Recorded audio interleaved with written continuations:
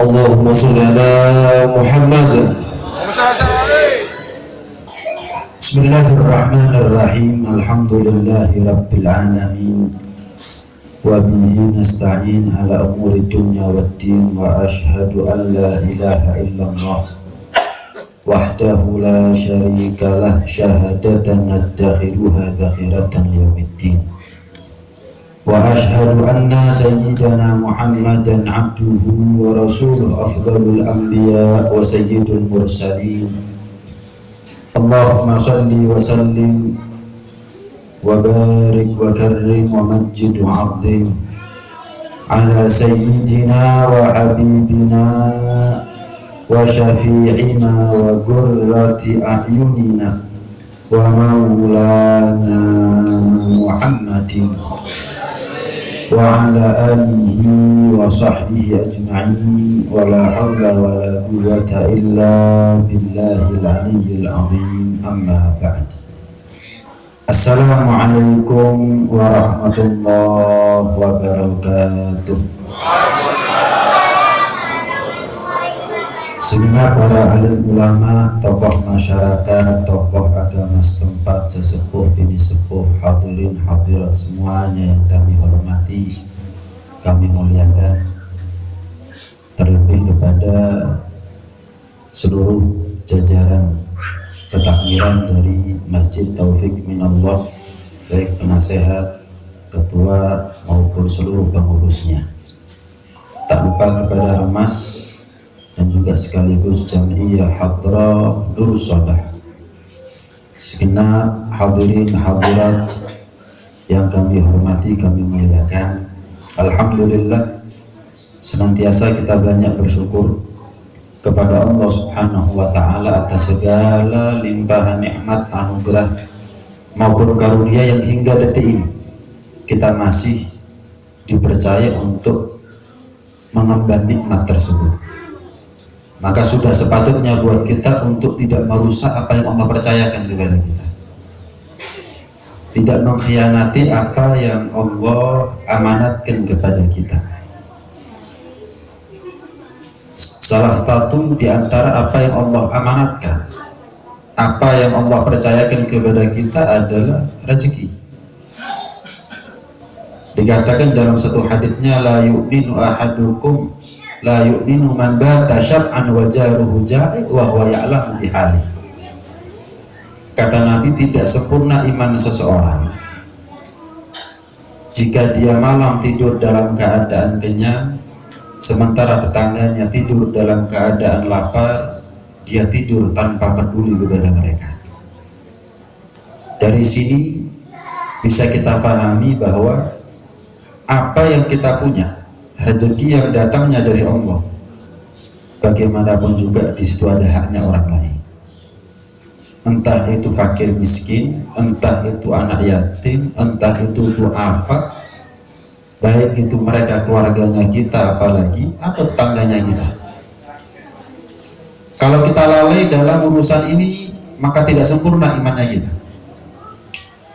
Kalau kita teledor dalam urusan ini, maka kita sudah khianat atas apa yang Allah amanatkan kepada kita.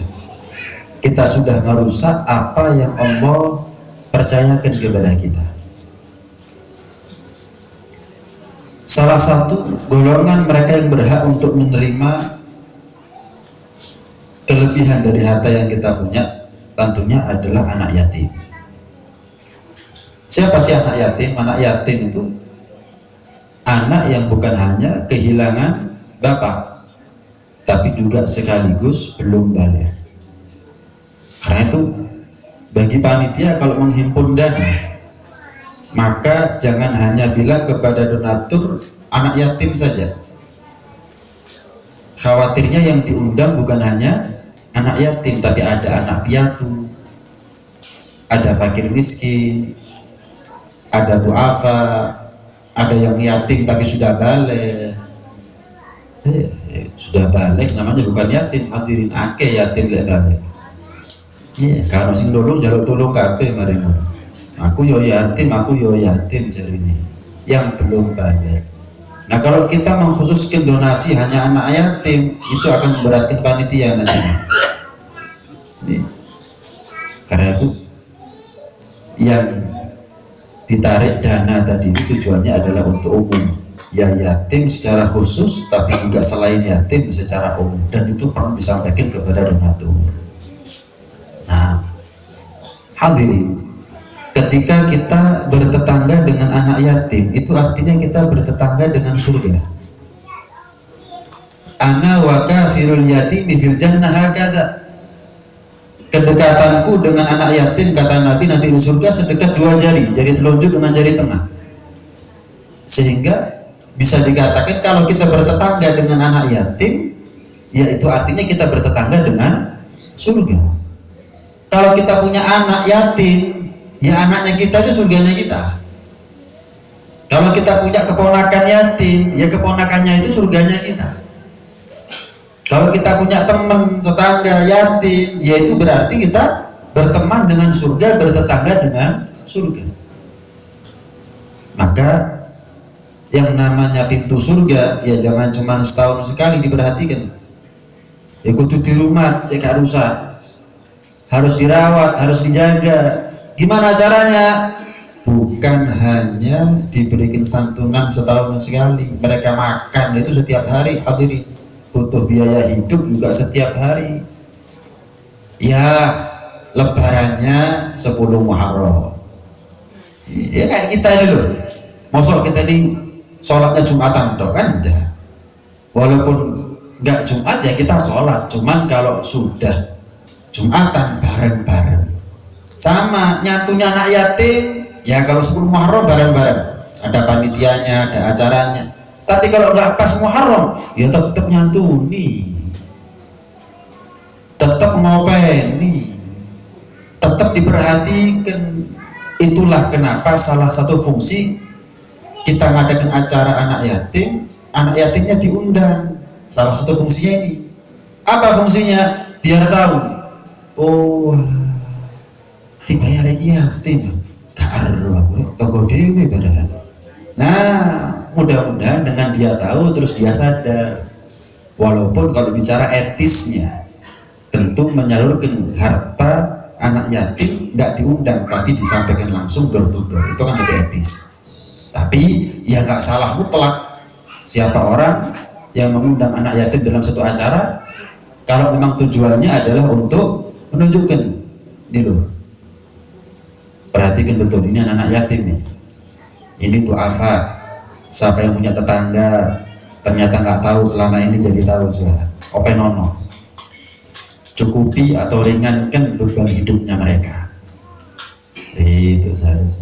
Lain lagi kalau kita undang anak yatim, kemudian untuk merendahkan mereka, undang untuk afak, untuk menjatuhkan martabatnya mereka, ya ini jelas salah. Tapi kalau tujuannya bentuk pertanggungjawaban dari panitia. Kenapa? Kalau door to door kadang-kadang yang ngasih juga bingung ini sampai apa enggak, tapi kalau kelihatan, nah, mereka yakin. Walhasil ya, kalau bicara afdolnya tentunya door to door lebih afdol. Tapi kalaupun diundang, dihadirkan, kemudian dibagikan di depan mata, ya nggak ada masalah, asal niatnya betul. Bukan niat untuk menjatuhkan, bukan niat untuk sok, pamer. Wah, ngumpulin anak yatim 5.000 anak yatim misalnya. Alhamdulillah dana terkumpul 2 miliar misalnya. Kadang-kadang acara begini hadirin yang perlu dievaluasi, ya, di sini nggak ada masalah.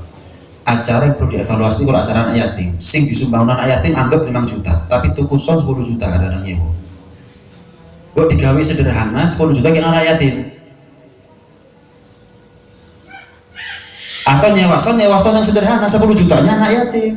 Kika 5 juta ya anak yatim, 10 juta ya guys son kayak konsumsi kayak. Iya kurang bijak sih kalau saya ya. Kurang bijaksana. Acaranya sederhana, jangan cor-coran. Kadang-kadang ada cor-coran deh. Cor-coran undang ini, undang itu. Wah, macam-macam nanti pra acara ada acara macam-macam, pasca acara ada acara macam-macam. Kemudian yang dikasih anak yatim cuma formalitas saja. Belum lagi kadang-kadang nyewa son, kemudian apa namanya ini, konsumsi diambil dari donasi donatur. Ini nggak boleh. Hati-hati ini nggak boleh. Syariat fikihnya begitu. Karena itu khusus tentang yatim dan untuk apa? Untuk son, untuk konsumsi dan lain sebagainya. Cari donatur lain, cari sponsor misalnya. Jangan sampai hartanya anak yatim kita makan. Itu sama seperti kita makan api dalam perut. Kata Allah dalam Al-Quran, hati-hati. Innama ya'kulun nara fi butunihim. Mereka sama seperti makan api dalam perutnya. Loh, saya nggak makan hartanya anak yatim, Bib. Iya, cuman yang terkumpul donasi berapa? 20 juta misal. Yang kamu kasih anak yatim 5 juta. Lalu 15 jutanya kemana? Ya ada soda, ada konsumsi. Nah, konsumsi ini kamu kenakan nggak? Ikut. Ya itu namanya makan hartanya anak yatim. Yang ngasih nggak niat untuk son, yang ngasih nggak niat untuk kasih makannya kamu. Lu kan begitu. Coba kamu yang ngasih, kamu ridho nggak hartanya kamu ternyata nggak sampai kepada anak yatim, jadinya son, jadinya panggung, jadinya konsumsi yang dimakan sama orang lain. Ya enggak, ya sudah. Kalau nggak mau dirugikan, jangan merugikan orang lain. Ojo kolai guduk dumani awai, bukan uangnya dia sendiri terus dia bagi-bagi mengalokasikan harta itu semaunya dia. Hal ini jelas ya. Ini penting karena ini berkaitan dengan fikih. Ya, karena sering orang itu menjadi panitia tapi nggak belajar. Nah, kalau belajar dulu, insya Allah ngerti caranya bagaimana, seharusnya bagaimana. Dalam hadis yang lain Rasulullah mengatakan, man masaha ala ra'si yatimin lam yamsahu illa lillah. Barang siapa yang mengusap kepalanya anak yatim, rambutnya mereka yang tidak ada tujuan usapan itu mereka lakukan kecuali tulus cari ridhonya Allah. Kanat fi kulli sya'ratin marrat yaduhu 'alaiha hasanat. Maka setiap helai rambut yang tersentuh oleh telapak tangannya akan bernilai banyak kebaikan, banyak pahala. Kebaikan itu bisa pahala ampunan derajat, bisa pahala, bisa ampunan, bisa derajat. Ini namanya hasanah, kebaikan. Satu helai rambut. Nah kalau banyak, bayangkan hadirin. Cuman maaf,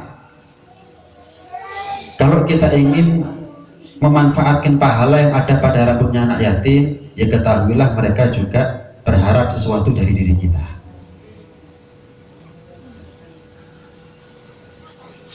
Jangan kita ini mampu bantu tapi nggak mantu, tapi ndak siarek yatim diusik-usik, nulungi orang, bantu orang, mampu ya, bukan nggak mampu, tapi dulu anak yatim diusik-usik, dok sampai amputasi, ambu sambel, ambu daging, ndak siarek yatim, tapi nulungi sepunten nih, ya akeh tunggal nih, ikarpe dewi, kepengen mau surga tapi nggak kata duit, ya nggak apa-apa. Cuman yang isi nanti awalnya dewe aja, padahal mampu bantu. Manfaatkan anak yatim di sekitar kita, ngusap kepalanya aja udah dapat pahala kita luar biasa. Tapi yorga nono, sepeda motor di rumah, omah di rumah, awalnya dewe di rumah, anak yatim ditelantarno. Ara'aital ladzi yukadzibu biddin fadzalikal ladzi. Siapa sih yang mendustakan agamanya itu? Yang mendustakan agama itu adalah mereka yang menelantarkan anak yatim. Hati-hati hadirin. Ya. Nah, dalam satu hadisnya Rasulullah juga mengatakan, walladzi ba'atsani bil haq, demi Allah yang telah mengutus aku dengan hak, dengan kebenaran.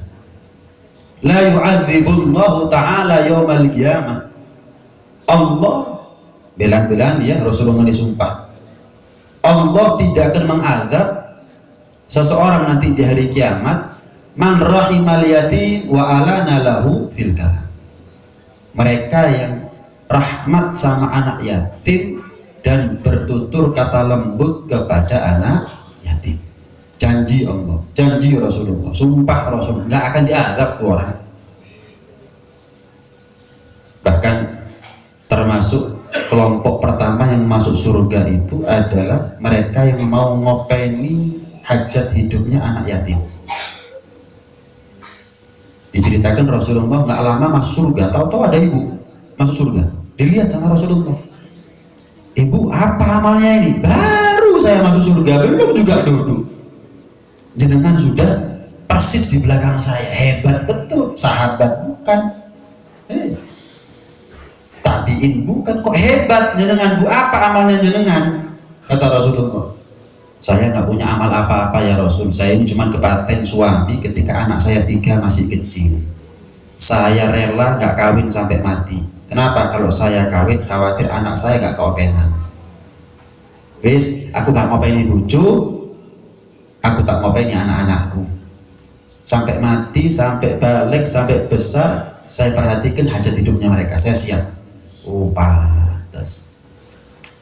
Termasuk amal yang paling besar nilainya nanti di hari kiamat kalau kita mau perhatian sama anak yatim. Terakhir, saya tutup satu cerita.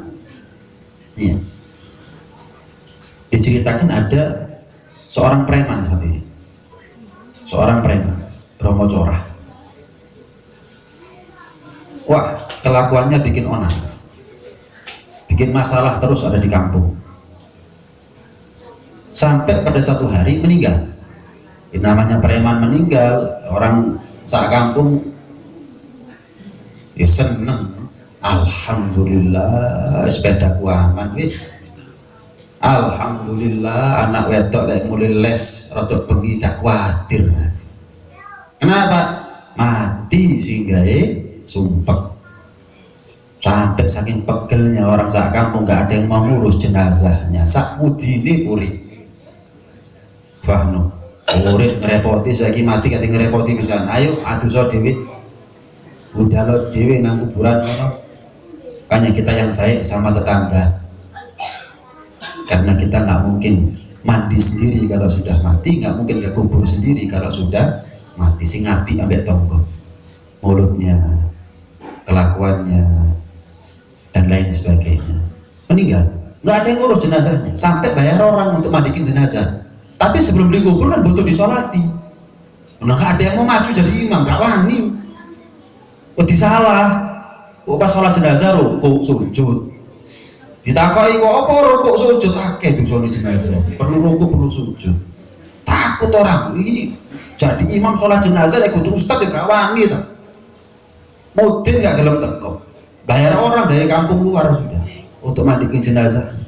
Sampai ada seorang yang soleh, orang kampung situ, tapi dia milih untuk uzlah. Uzlah ini kalau kita bilang semedi, tapi konotasinya semedi ini negatif kalau sekarang ya. Dulu namanya uzlah, fokus ibadah sama Allah, nggak mau ketemu sama manusia di atas bukit.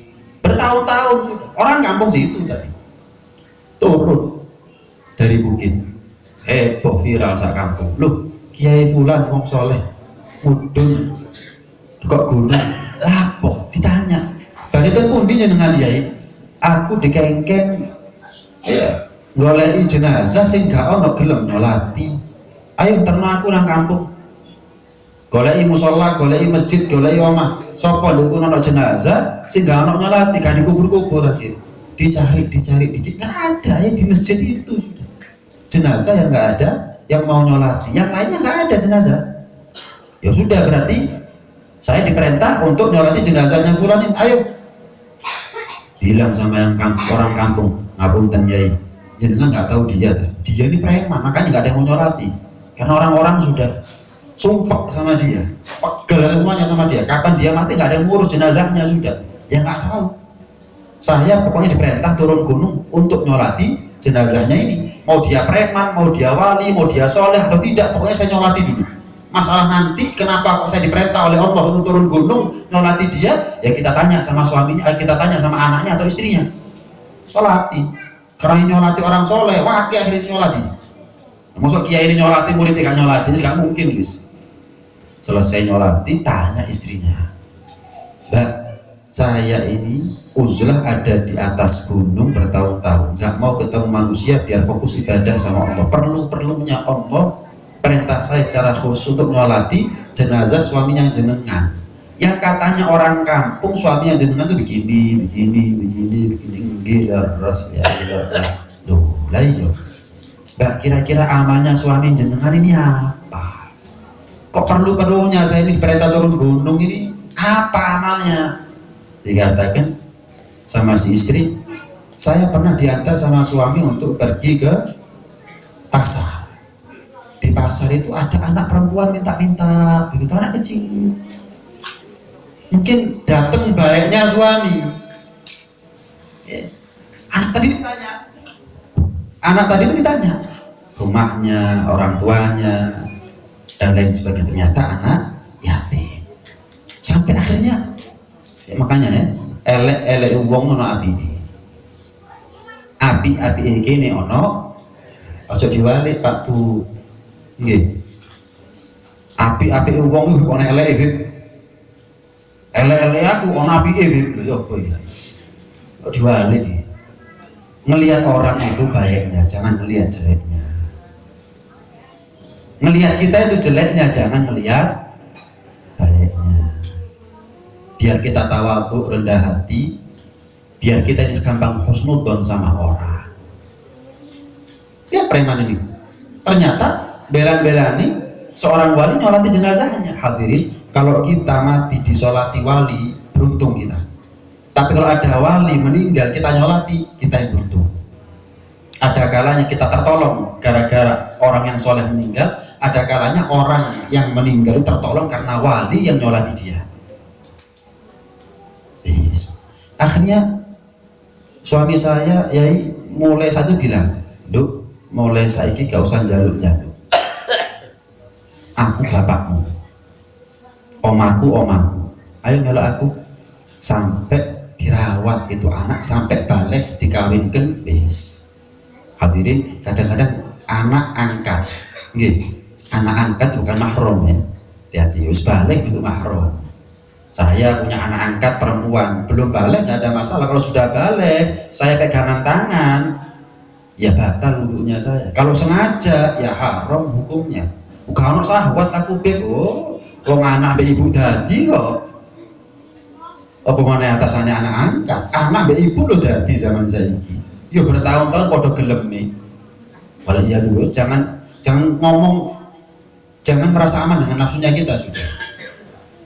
Jangan ngomong merasa aman dengan nafsunya kita. Kata Nabi Yusuf, wa ma ubarri'u nafsi inna nafsa la'amaratum bisu. Nabi Yusuf soleh-solehnya orang, nggak pernah beliau itu pasrah sama nafsunya. Kenapa? Nafsu itu selalu mengajak kepada kejelekan. Nabi Yusuf. Lah kalau kita cuma namanya tok sing Yusuf ya. Tapi kan nggak ada di sini nama Pak Yusuf, nggak ada insyaallah ya. Ketika mulai ya mulai. Itu gambarannya. Sampai akhirnya yang betul kan katanya Nabi, demi Allah yang telah mengutus aku dengan hak, Allah tidak akan mengadab di hari kiamat siapapun orang yang berlemah lembut tutur katanya kepada anak yatim dan juga mau rahmat menebar kasih sayang kepada mereka. Karena itu kalau kita mengaku banyak dosa, kalau orang arek yatim, ya, bukan untuk dilus-lus toh. Apa yang jadi hajatnya mereka, biaya hidupnya mereka, semampunya jenengan bantu mereka. Titik lek bendino gak apa-apa, timbangan 250 tapi setahun pisan hadirin. Ya mending 5.000 bendino. 5.000 kali 300 hari berapa? Ribu, 250.000 setahun sekali. Tapi kita tahu badan ini anak yatim. Perhatikan. Biar nggak percuma mereka disuruh maju ini. Biar nggak percuma mereka disuruh maju. Mereka disuruh maju bukan untuk disaaken nih. Ya tetap kita saaken, cuman perlu untuk diperhatikan hajat hidupnya mereka. Mudah-mudahan harta kita menjadi harta yang manfaat. Rezeki kita menjadi rezeki yang manfaat. Mudah-mudahan sebagaimana kita bertetangga dengan anak yatim, kita bertetangga dengan surga. Mudah-mudahan sebentar lagi kita akan memberikan santunan kepada anak yatim, itu menjadi amal yang makbul Allah, amal yang diterima oleh Allah untuk membuat kita masuk dalam surganya Allah Subhanahu wa taala. Amin Allahumma amin. Amin ya rabbal alamin. Kurang lebihnya saya mohon maaf. Wassalamualaikum warahmatullahi wabarakatuh.